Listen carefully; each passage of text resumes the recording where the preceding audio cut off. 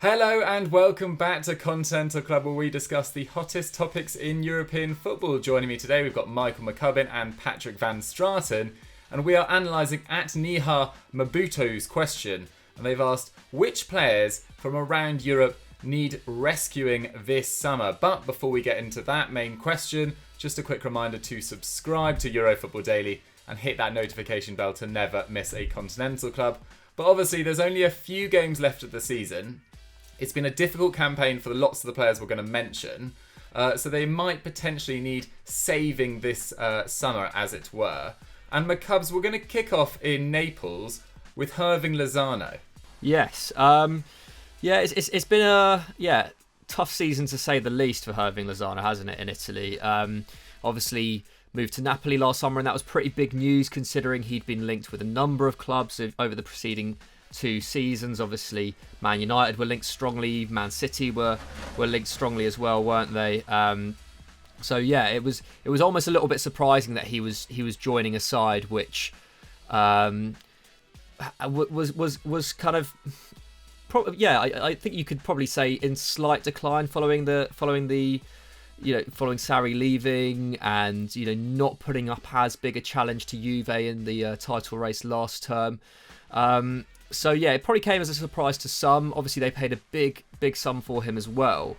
It felt like he was going to very quickly be integrated as one of the key players in the part of the pace squad. Maybe a kind of long-term replacement for Dries Mertens. It just hasn't worked out at all well for him so far.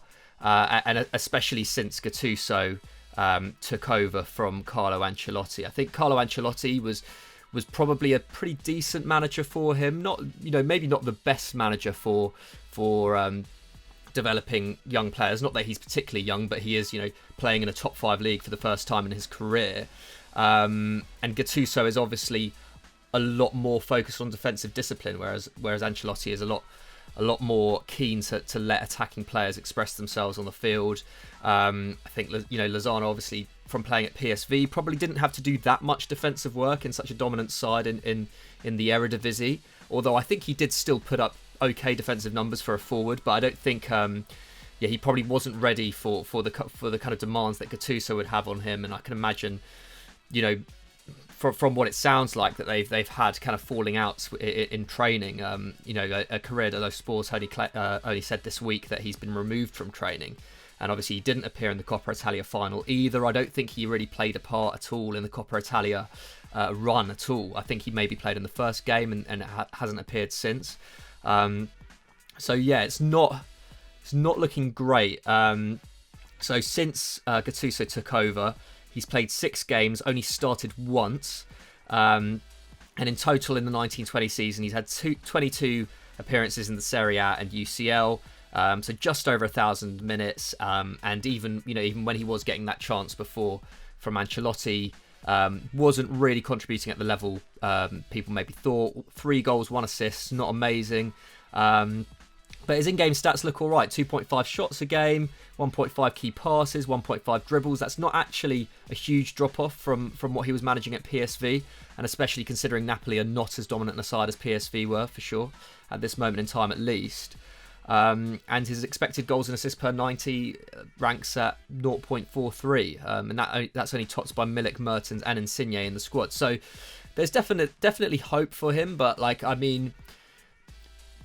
if you're working under a manager like Gattuso and he's kind of already marked you down, it's hard to see how he brings himself back, especially when someone like Mertens has just signed a new contract, and obviously at a club like Napoli they tend to stick by their older players a lot more. They kind of get this kind of godlike status, and it's very difficult to then phase them out, especially when they still perform so consistently as Mertens has done over the last 2 years. So it's difficult, and of course Milik as well, who's come to the fore. So it's tough, and I don't know. This summer I could see.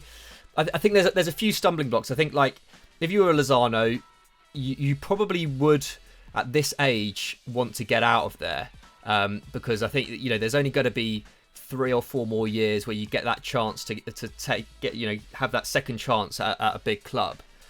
And obviously they paid a lot for him last summer, so they'll probably expect a lot in return. Although at the same time, the circumstances, especially in Serie A following the coronavirus crisis, means maybe a club could go in at a bit more of a bargain. So maybe, a club could only have to pay between 20 and 30 million for him. I think that would be the kind of ideal route out. But then you have to factor in that Mino Raiola is his agent, so he would probably want a big fee on top of that. So yeah, it's hard to know exactly who would be willing to take a chance on him. But like even Man United, for example, who have been linked with him in the past, it looks unlikely that a feasible move for Sancho will materialise, considering how much he's worth.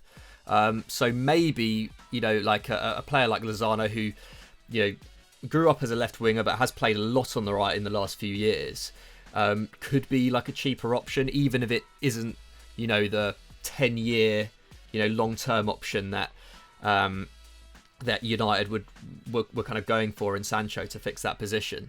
Obviously, Arsenal have been linked with him in the past as well, and as we saw last night, well, this has obviously been recorded on Thursday.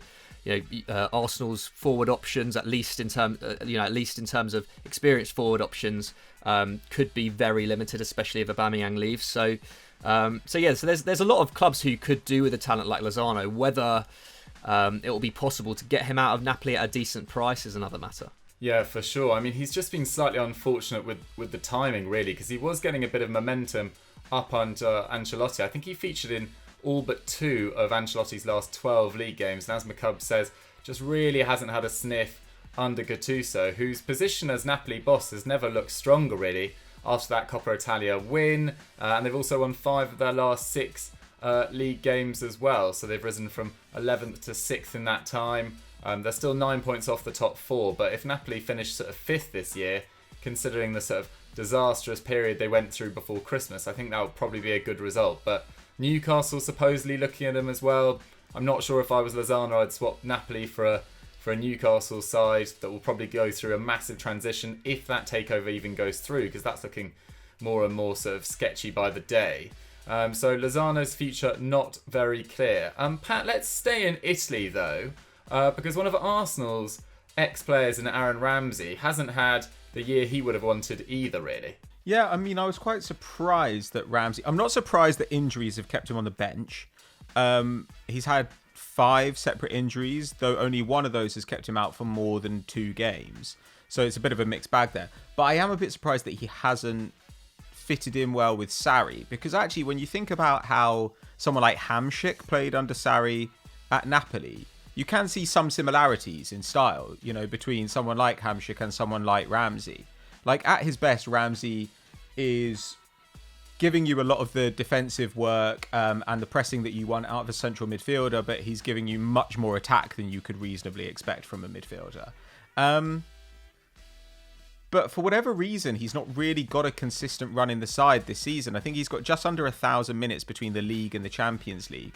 He's the 13th most used player in the squad, and this is despite the fact that he's earning 400k a week. And you just sort of think, was this a decision that Juve made because they thought, right, this is an asset that we can get at below market value, and you know what Juve are like about getting assets at below market value. And rather than thinking this is a guy that Sarri wants and is keen to make an integral part of his project. Because, Real Madrid wanted him, Inter wanted him, Bayern wanted him, Man United wanted him. So Juve really did fight off some competition to get him to go there.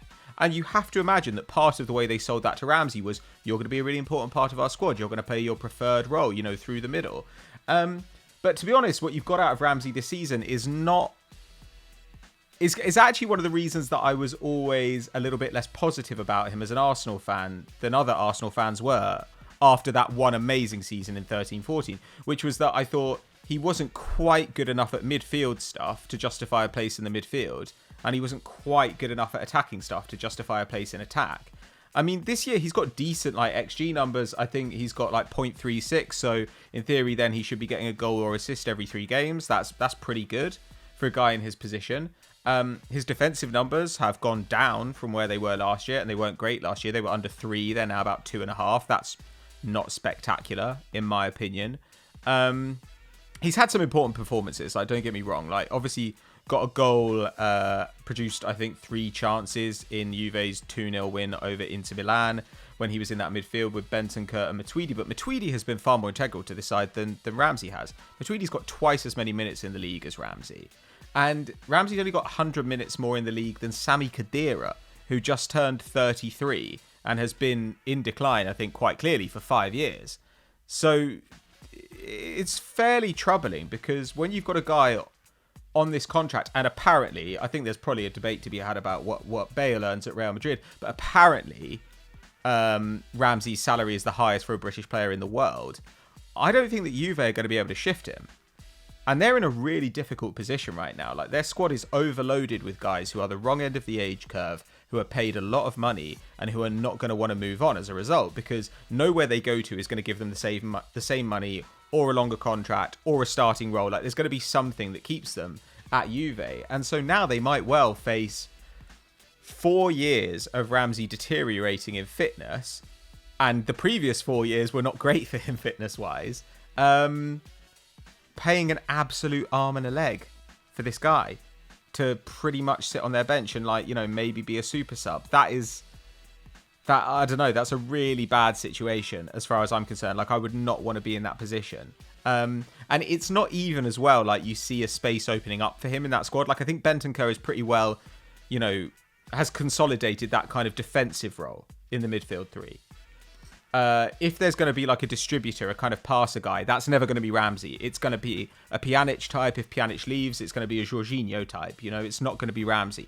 So Ramsey's only really in contention for that runner from midfield, the shuttling role. And given that Matuidi is getting picked there instead of Ramsey, and that Rabiot is still in the squad and also not getting played, and is younger, fitter, and generally a more all-round player than Ramsey, I really, really fear for him. I'm not sure how he's going to find a home there. So I wouldn't be surprised if all the rumours we hear, you know, of like, Juve have offered Man United the chance to sign Aaron Ramsey as part of a deal for Paul Pogba or whatever. I wouldn't be surprised if all those rumours are very true, because I reckon that Juve are probably going out on the streets, like banging a drum, desperately trying to get somebody to offer Ramsey a contract that will make him consider leaving Turin.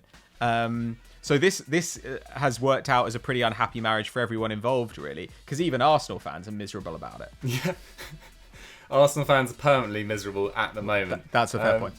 But you make a good point about sort of Juve's sort of transfer business over the last few years in terms of their sort of accumulation of midfield talent. Like, we know that they're trying to sort of get rid of their wage bill or lessen their wage bill as it is. That's why they're wanting to get rid of Pjanic to Barcelona, supposedly. And, you know, Rabiot, Bentancur, Ramsey, Khedira still there, although Khedira looks set to leave. Matuidi, there's just far too many players in there. For me, I wouldn't be looking to bring in Jorginho this summer. If I was Sarri, I'd be looking to move on Higuain, or at least get a long-term replacement to Higuain. Think about replacing Matuidi in the long term, because I think he's now 31 at least. And think about trying to get in another right-back, because as good as Juan Cuadrado's been at right-back this year, it's not really a fantastic long-term option. Maybe try and get João Cancelo off Man City as well. But the Ramsey situation is a little confusing, although I'm sure that he just backs himself when he gets a run of games to really stamp his authority in that midfield. For me, long-term, I'd go Bentancur as the holding player, flanked by Rabiot and Ramsey. And then, as I said, focus on strengthening other areas of the squad. But, you know, he's also been quite unfortunate in that he was signed by Max Allegri in February, and then by the time he took over, by the time he went there, Sarri was in charge. But £400,000 a week, if that is true, as the BBC reported, it's absolutely eye-watering. So we will see what happens there. So for my section, I want to do something a bit different. I want to get you guys involved, as much as possible. So I put a tweet out on Twitter, and some of your suggestions were actually fantastic. So Patrick_MCE suggested Ademola Lookman for this. So the 22-year-old obviously signed for RB Leipzig last summer permanently for £16 million. But he's made just 2 League and Champions League starts and played just 300 minutes in total.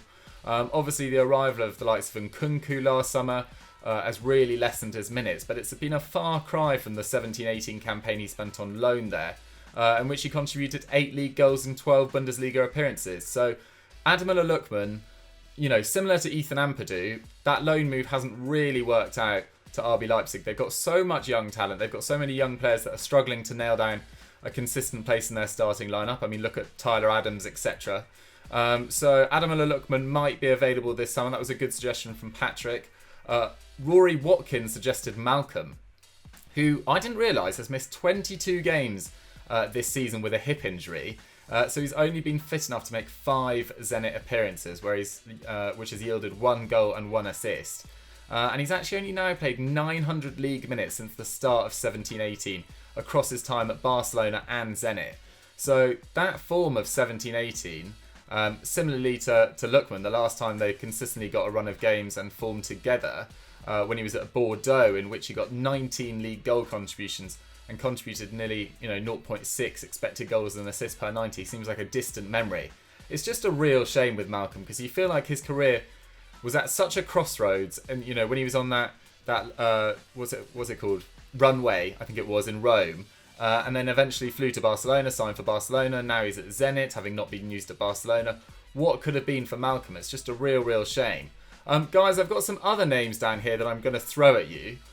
So I Am Sim suggested Brahim Diaz. Luka Jovic was suggested by Heel XAE. Umtiti from Gov Indashama. And Nico Schultz from Conor McPhillip 1. Pat, of those names, I mean, let's focus on the Real Madrid players first. Brahim Diaz and Luka Jovic. Would you be looking to take a chance on either one of those this summer? I don't know, really. Jovic, definitely.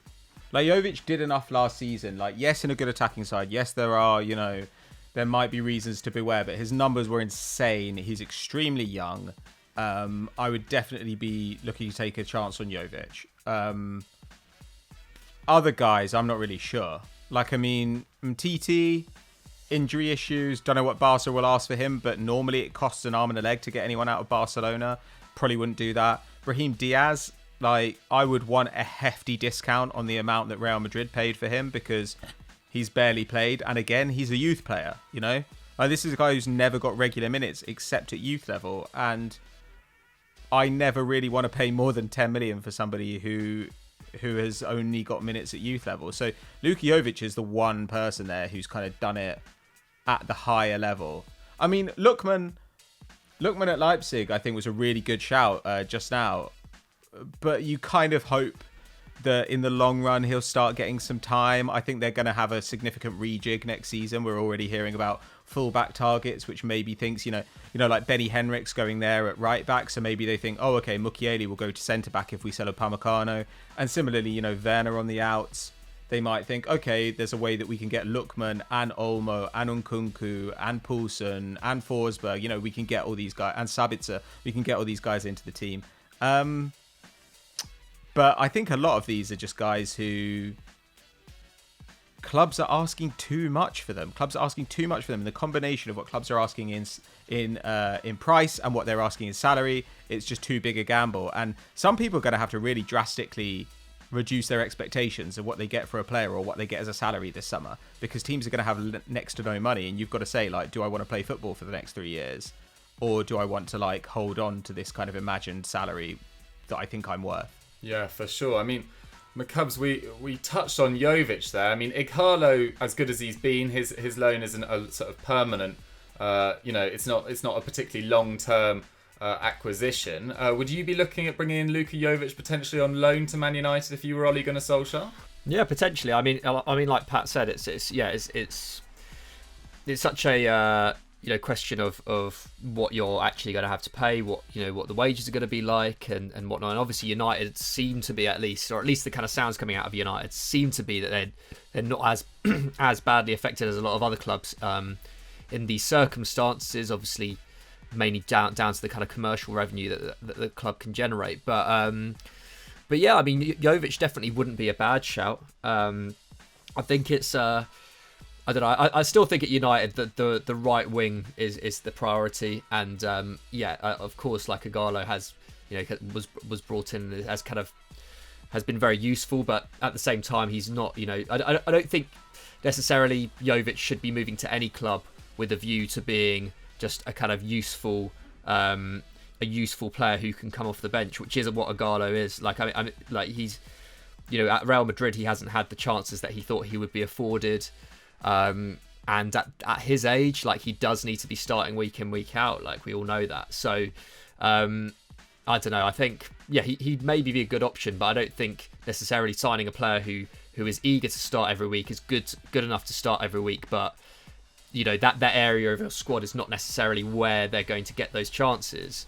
I wouldn't necessarily say for United. I think actually, for Arsenal, for example, would probably be a better option for Jovic. In his case. Or any club that's in need of a centre forward. I think he needs to be starting every week for sure. Yeah, no, I agree. I mean, I think they could do with sending a couple more players out on loan. I feel like Brahim Diaz will be looking at the success of Kubo at Mallorca and Odegaard at Real Sociedad in particular, and saying, I want a bit of that, particularly with so few minutes this term. The final player I wanted to mention was Connor Philip One's suggestion, Nico Schulz. 27-year-old left-back, signed from Hoffenheim last summer.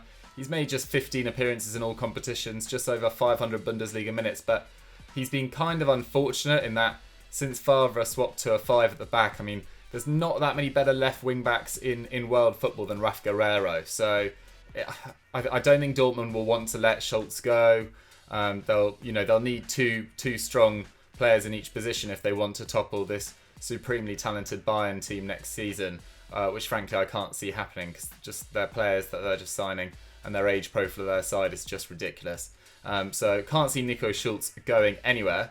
But guys, we want to know, who do you think needs saving this summer? Let us know in the comments down below, and let's move on to big match preview. Our big match preview last weekend was Atletico Madrid Athletic Bilbao, which was a 1-1 draw as La Liga returned. But this weekend, Serie A is back after a 103-day break. Obviously, the Coppa Italia has been wrapped up, as we've already discussed, with Napoli proving victorious on penalties. Basically, we were a bit stuck for this weekend because basically there's a Serie A football match every day between Saturday and Wednesday. But in interest of keeping it very topical, we wanted to do one which was taking place this weekend. So the pick of the bunch from Friday to Sunday is probably Inter Milan hosting Sampdoria at 8:45 on Sunday, and it's actually pretty important because it's the Nerazzurri's game in hand. Crucial that they win it in order to cut that 9-point gap. Pat, we talked about Inter Milan last week, but that chance of a trophy is sort of hanging by a thread unless they win this game. I kind of think it's gone, maybe. Even though Inter have actually come back in pretty good form. Like, they drew 1-1 away from home against Napoli, and so went out of the Coppa Italia on that basis. But their performance was actually pretty good. Like, Eriksen put them ahead in the second minute. And normally when teams go ahead, you tend to see them get outshot, have less possession. And that didn't happen at all. Like, despite going ahead really early on, they had 68% of the possession against Napoli. They had 16 shots to Napoli's 11. They had 9 on target to Napoli's 2. Like, that is really frightening form. And I think we all kind of said, when Eriksen came in January, we were like, this is exactly the signing that they need. Like, yeah, you can worry about the age curve and blah, blah, blah, but adding some more creativity to that squad, this is exactly what they needed.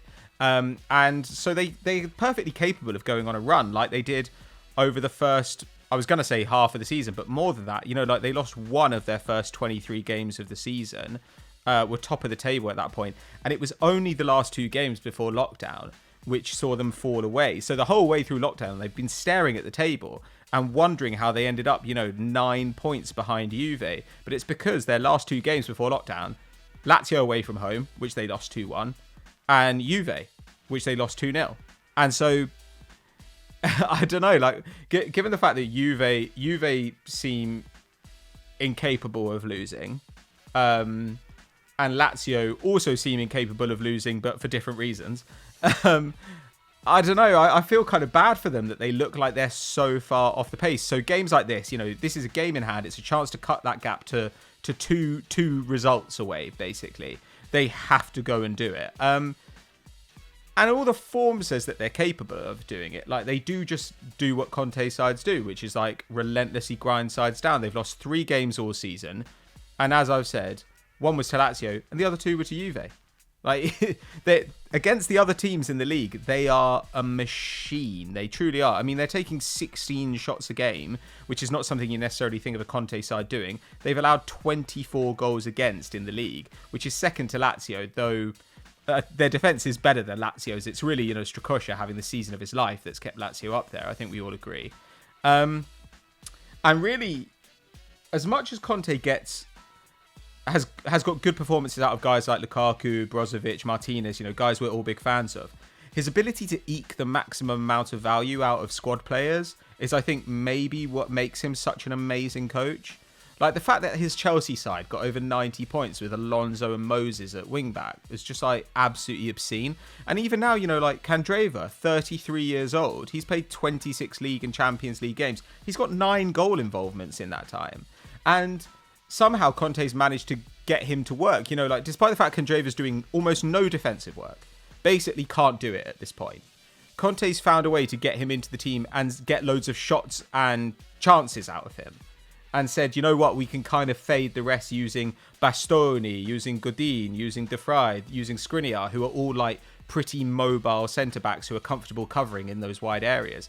I think it's just been, regardless of what happens at the end of the season, I think that Conte has done another genuinely incredible job. And the way that some of that talent develops together, especially guys like Barella and Sensi and Eriksen, like the way that those guys all find a long-term home at Inter, I think should be really fun to see, so long as he doesn't just explode and like burn all his bridges. I hope we can maybe see a bit of Alexis Sanchez down the stretch. If Conte does that, if Conte can resurrect Alexis Sanchez, then he's a wizard, and he deserves like a medal for, even if it's not a Serie A medal, he deserves a medal, because like it's genuinely been such an impressive season given the state Inter were in even a year or 2 ago. Yeah, for sure. I mean, if he gets Alexis Sanchez back to his Arsenal form, then I'm fully joining the Church of Conte. That would be absolutely insane. But yeah, massive credit to him. It's gonna be really interesting to see how he uses his midfield options, because Brozovic, Barella, Sensi, Eriksen, Vecino, Sanchez, and obviously he prefers to play 5-3-2. So it's going to be really competitive for places down the stretch. And I imagine they'll win this game and then put a bit more pressure on the top 2. But massive credit to Lazio. I mean, without them doing such a phenomenal season, Inter would have been away in second and deserving even more plaudits. But McCubs, let's move on to their opponents this weekend, Sampdoria, because just a really disappointing campaign. Yeah, not great at all. I mean, I can't say I've watched a lot of Sampdoria this season. I can't imagine many of us have, to be honest. But I've followed. I guess I've followed their progress a little bit, and yeah, it has been. Yeah, it was very worrying. Obviously, at the beginning, we've been used to seeing Sampdoria finish in the top half. Pretty consistently over the last 5 years. But yeah, that appointment of Eusebio Di Francesco was just a total disaster, wasn't it? Only lasted 7 league games, won one of those, conceded 16 goals in that time as well, and then was replaced by Claudio Ranieri for the second time in a few months, because obviously Ranieri came in for him as kind of interim coach at Roma, didn't he, at the back end of the 18-19 season. And at that point, they were bottom of the league. They were 3 points from safety. Just a huge drop-off. But since then, Ranieri has done, that kind of far-fighting job that he's been kind of fairly so-so at over the last few years. I think it didn't work at Fulham, did it? But it seems to be working at Sampdoria. In 18 games, they've won 6, they've drawn 5 and lost 7, which is very much mid-table form. But obviously, due to that disastrous start to the season, they sit in 16th. So they're not they're not safe by any means. But yeah, their performances since then have just looked a lot better. They're scoring 1.3 goals a game, which was up from 0.4 goals a game. They're now conceding 1.6 goals a game compared to 2.3 under Di Francesco. So yeah, I think Ranieri does need to be commended for taking a side which was so low on morale at the start of the season and getting them kind of performing at least near to the level that they were getting to over the last few years. Averaging 1.3 points a game, which should be enough, in a normal season, in a full season to keep you up or keep you getting towards mid-table. I think according to these stats, they'd be in around 11th level with Sassuolo if they had carried that form at the start of the season as well. But they're not totally watertight. They conceded 5 to Lazio. They conceded 4 against Cagliari, which is, not amazing by any stretch. And they still rank pretty low for expected goals. 14th in the league. 8th for expected goals against, which is pretty decent. And they get the thing is they get a lot of shots away a game. There's 14.8 shots a game, which isn't actually that far off what Inter are managing. But judging by that, a lot of them are coming from outside the box. Their attackers don't seem to be finding the positions that maybe they have done in seasons past. And it's kind of not surprising. They've got a pretty ageing attack. Their top scorer is Quagliarella, who was obviously on fire last term. But he's only managed 9 goals this season. Manolo Gabbiadini as well, who's, approaching 30 must be by now. He managed 6 goals this season. Obviously, he's not had the best of times in the last few years anyway. Probably their best player, at least in terms of his kind of productivity compared to how much he's been playing, has been Gaston Ramirez in attacking midfield. 5 goals and 1 assist from 15 appearances, less than 1,000 minutes. He's taking 2.6 shots a game, creating nearly 2 chances. He's completing over 3 dribbles. So I think if Sampdoria do want to push for that kind of 14th and above position in the league at the end of the season and really escape relegation with ease, I think Gaston Ramirez is going to be really key for them. And I imagine in this game, a lot of their hopes will rest on him and whether he's able to get the better of Brozovic in midfield. Because, Quagliarella, 37 years old, and he's scored 38% of their league goals since the start of 17-18. Like, they just can't be relying on him any longer, unfortunately. I in this game, I'm not expecting Sampdoria to come away with anything, especially away from home. But I imagine they'll probably be safe. But yeah, like I said, I think a lot rests on a player like Ramirez going into the final stage of the season.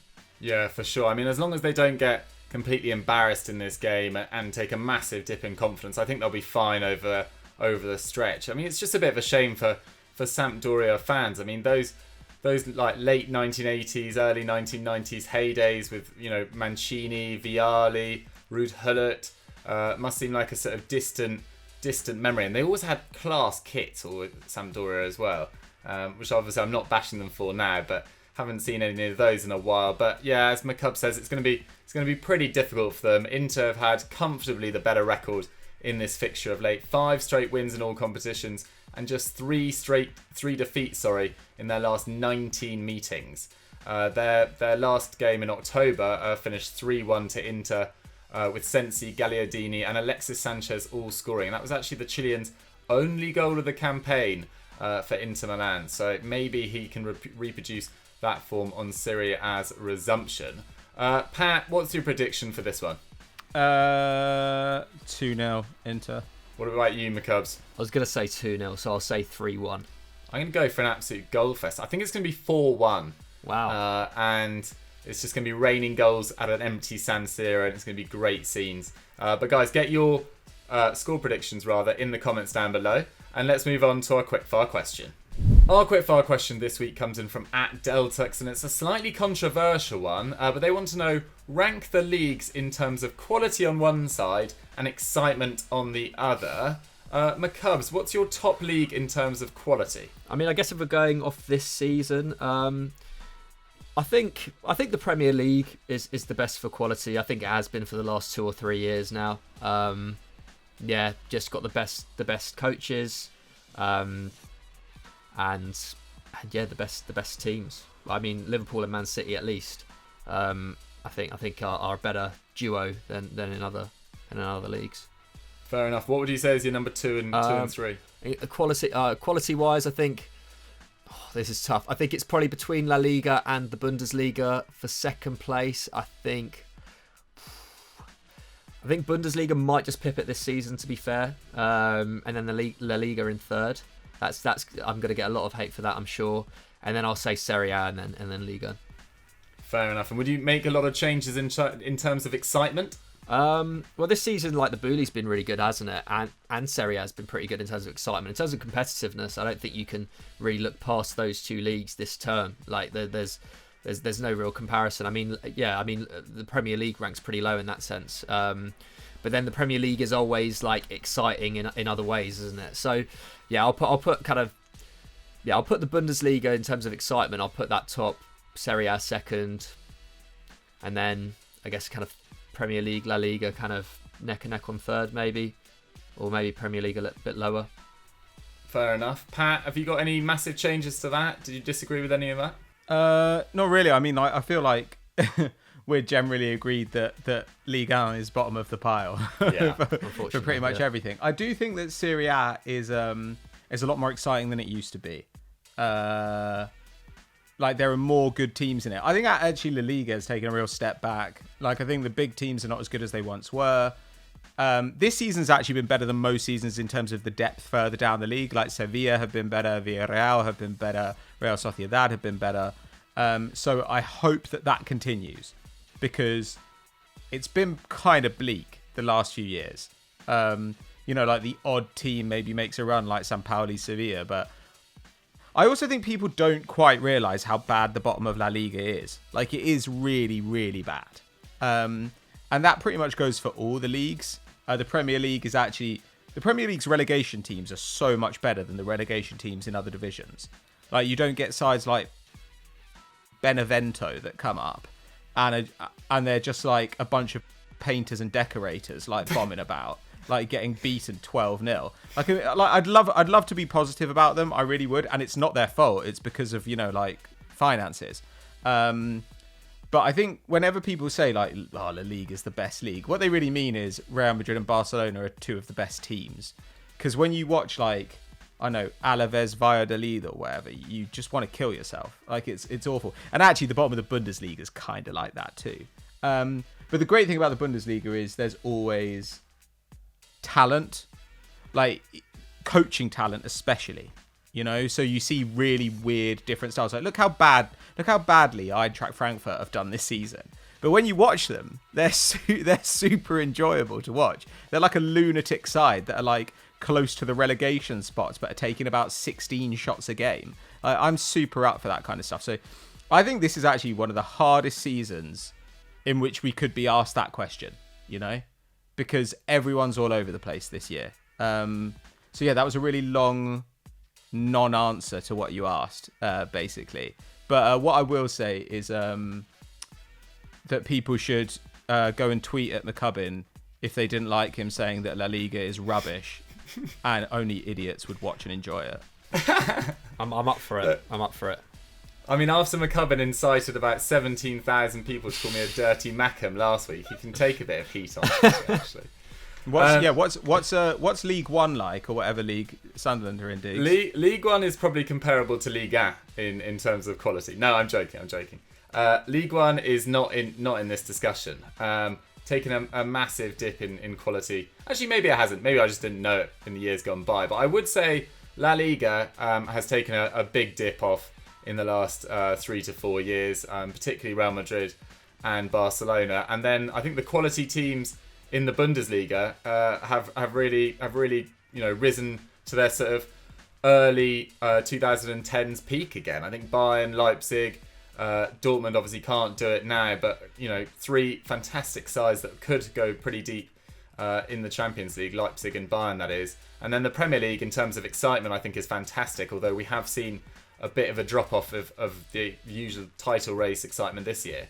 And then Serie A, I've really enjoyed Serie A this year. I think Atalanta, for them to be the 4th best side in Italy, despite playing some of the best football in Europe, is really quite something. But guys, get your ranking in the comments down below. And as Pat said, don't forget to abuse McCubs. But that's all we've got time for on Continental Club for this week. Thank you very much for watching. Let us know what you guys thought of our comments in the comments section down below.